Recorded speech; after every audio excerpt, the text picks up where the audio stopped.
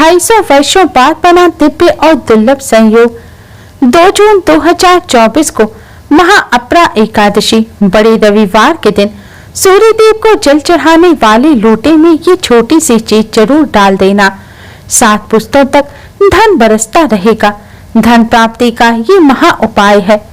दोस्तों, अपरा एकादशी ज्येष्ठ मास की कृष्ण पक्ष की एकादशी को होती है और ज्येष्ठ का महीना खास तौर पर भगवान सूर्य को समर्पित होता है।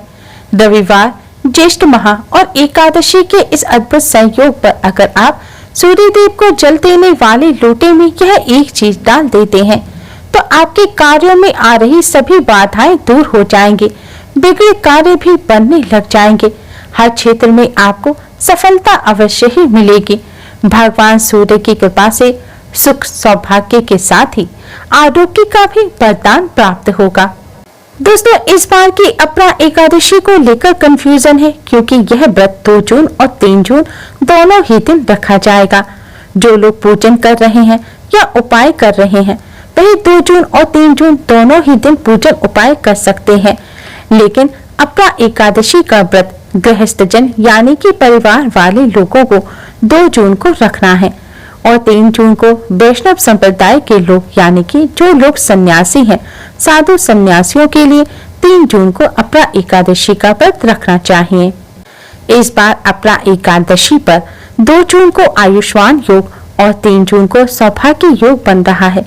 इन योग में भगवान विष्णु के साथ सूर्य देव का पूजन करने से सभी कष्ट दूर होते हैं और सूर्य देव अति शीघ्र ही प्रसन्न हो जाते हैं।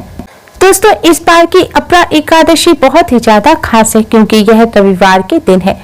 रविवार का दिन भगवान सूर्य को समर्पित होता है और ज्येष्ठ माह का रविवार तो और भी ज्यादा खास माना जाता है। इस दिन भगवान सूर्य की उपासना अवश्य ही करनी चाहिए। रविवारी एकादशी के दिन भगवान श्री हरि विष्णु माँ लक्ष्मी जी के साथ ही भगवान सूर्य नारायण का पूजन अवश्य करना चाहिए। यह दिन भगवान सूर्य नारायण को प्रसन्न करने का बहुत ही खास दिन माना जाता है। माना जाता है इस दिन भगवान सूर्य नारायण को प्रसन्न करने से भगवान श्री हरि विष्णु माँ लक्ष्मी जी की भी असीम कृपा प्राप्त होती है। भगवान सूर्य सभी ग्रहों के राजा है। माना जाता है जिन्हें सूर्य देव की कृपा प्राप्त हो जाती है उन्हें सभी ग्रह दोषों से, ग्रह पीड़ा से मुक्ति मिल जाती है। भगवान सूर्य की कृपा के बिना व्यक्ति को उच्च पद, सफलता और मान सम्मान की प्राप्ति नहीं होती। इसलिए जीवन में सफलता प्राप्त करने के लिए, दुर्भाग्य को सौभाग्य में बदलने के लिए भगवान सूर्य नारायण का पूजन अवश्य ही करना चाहिए। आज के इस वीडियो में हम आपको रविवार और एकादशी के इस शुभ संयोग पर करने वाला एक बहुत ही आसान और असरकारक उपाय बताने जा रहे हैं। इस उपाय को करने से भगवान श्री हरि विष्णु माँ लक्ष्मी जी के साथ ही भगवान सूर्य नारायण की भी असीम कृपा प्राप्त होती है। उच्च पद, मान सम्मान की प्राप्ति होती है। कष्टों से छुटकारा मिलता है। पापों से मुक्ति मिलती है। साथ ही आर्थिक संकट भी दूर होते हैं। दोस्तों, इस उपाय को सही प्रकार से करने के लिए आप हमारी इस वीडियो को एंड तक अवश्य ही देखें। अगर आपने हमारे चैनल को अभी तक सब्सक्राइब नहीं किया है तो जल्दी से हमारे चैनल को सब्सक्राइब कर लें और बेल आइकन को हिट अवश्य ही करें जिससे हमारी सभी नई वीडियोस की नोटिफिकेशन आपको फ्री में सबसे पहले मिल पाए। तो आइए दोस्तों जानते हैं इस उपाय के बारे में। दोस्तों, भगवान सूर्य नारायण को प्रसन्न करने का सबसे अच्छा उपाय है भगवान सूर्य नारायण को अर्घ्य देना। भगवान सूर्य देव को जल चढ़ाने के लिए स्नान करके स्वच्छ वस्त्र धारण करें। भगवान सूर्य देव का पूजन करते समय लाल रंग के वस्त्र पहनना सबसे ज्यादा शुभ माना जाता है। लाल रंग के वस्त्र ना हो तो आप कोई भी और शुभ रंग के वस्त्र पहन लें, लेकिन काले रंग के वस्त्र पहनकर भगवान सूर्य देव का पूजन ना करें। अब आप एक तांबे का पात्र लें। तांबे का पात्र ना हो तो पीतल या स्टील का पात्र ले सकते हैं, लेकिन भूलकर भी प्लास्टिक के बर्तन का इस्तेमाल ना करें। तांबे के पात्र से भगवान सूर्य देव को जल चढ़ाना सबसे ज्यादा शुभ माना जाता है क्योंकि तांबा भगवान सूर्य देव की धातु है। तांबे के लोटे में आप शुद्ध जल भरें। अगर आपके यहाँ गंगा जल हो तो थोड़ा सा गंगा जल भी आप इस पात्र में अवश्य ही डाल लें। अब इस जल में आप 1 चुटकी हल्दी मिलाएं, थोड़ी सी साफ चीनी मिलाएं और अगर पुष्प हो तो 2 लाल रंग के पुष्प भी डाल दें। दोस्तों ध्यान रखें, एकादशी के दिन चावलों का इस्तेमाल करना वर्जित होता है, इसलिए आज के दिन भूलकर भी भगवान सूर्य देव को जल चढ़ाने के पात्र में आप चावल ना डालें। इन सभी वस्तुओं को डालने के बाद दोस्तों आप भगवान सूर्य देव को प्रसन्न करने की इस सबसे जरूरी वस्तु को जल में अवश्य ही डालें। यह वस्तु है लाल रंग का चंदन। अगर आपके यहाँ लाल रंग का चंदन है तो थोड़ा सा चंदन आप इस जल में मिला दें। अगर चंदन ना हो तो लाल रंग के कुमकुम आप इस जल में अवश्य ही मिलाएं। अब आप जल के लोटे को किसी खुले स्थान पर ले जाएं। आप अपनी छत पर, आंगन में या घर से बाहर किसी खुले स्थान पर जा सकते हैं। खुले स्थान पर जाने के बाद भगवान सूर्य नारायण की तरफ मुख करके खड़े हो जाएं और इस जल के पात्र को अपने दोनों हाथों में उठाकर अपने सिर से ऊपर उठाएं। अब आप भगवान सूर्य नारायण को जल अर्पित करें। भगवान सूर्य नारायण को जल अर्पित करते समय आप भगवान सूर्य नारायण के इस गायत्री मंत्र का जाप करें। मंत्र इस प्रकार है: ओम भास्कराय विद्महे महातेजाय धीमहि तन्नो सूर्य प्रचोदयात्। ओम भास्कराय विद्महे महातेजाय धीमहि तन्नो सूर्य प्रचोदयात्। दोस्तों आपको इस मंत्र का एक बार जाप करते हुए भगवान सूर्य देव को जल अर्पित करना है। फिर आप कुछ सेकंड के लिए रुकें। फिर दूसरी बार इस मंत्र का जाप करते हुए आप भगवान सूर्य देव को जल अर्पित करें। फिर आप कुछ सेकंड के लिए रुकें। फिर तीसरी बार में आप इस मंत्र का जाप करते हुए सारा जल आप भगवान सूर्य देव को अर्पित कर दें।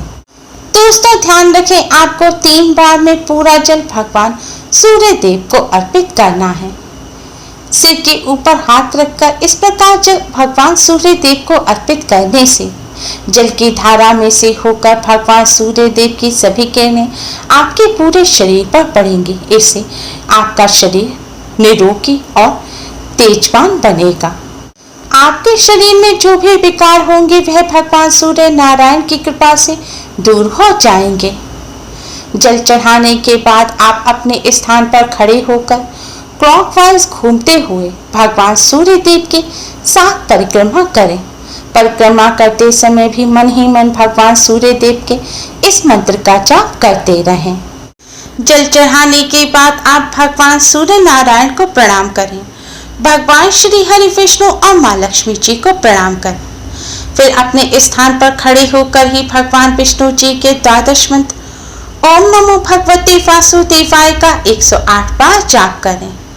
दोस्तों अगर आप वहीं पर खड़े होकर मंत्र का जाप नहीं कर सकते तो आप अपने घर में आकर भी आसन पर बैठकर मंत्र का जाप कर सकते हैं। इस प्रकार भगवान सूर्य देव का पूजन करने से भगवान श्री हरि विष्णु, माँ लक्ष्मी जी और सूर्य देव की कृपा प्राप्त होती है। भगवान जी की कृपा से जीवन और कामकाज में आने वाली बाधाएं दूर होती हैं, साथ ही धन प्राप्ति के योग भी बनते हैं। ग्रह दोष के नकारात्मक प्रभाव कम होते हैं और घर में सुख शांति का वातावरण बनता है। व्यापार और कामकाज में आ रही रुकावटें भी दूर होती हैं। भगवान सूर्य देव को प्रसन्न करने का सबसे अच्छा तरीका है भगवान सूर्य देव को अर्घ्य देना। इसलिए आप सभी इस शुभ अवसर पर भगवान सूर्य नारायण की कृपा प्राप्त करने के लिए इस तरह भगवान सूर्य देव का पूजन अवश्य ही करें। दोस्तों भगवान सूर्य देव का पूजन करते समय कुछ बातों का विशेष ध्यान रखना चाहिए। सूर्य देव को जल देते समय मुख पूर्व दिशा की ओर होना चाहिए। अगर कभी पूर्व दिशा की ओर सूर्य देव नजर न आए तब भी पूर्व दिशा की तरफ मुख करके ही सूर्य देव को जल अर्पित करना चाहिए। सूर्य देव को जल अर्पित करते समय कांच, प्लास्टिक, चांदी के बर्तनों का इस्तेमाल नहीं करना चाहिए।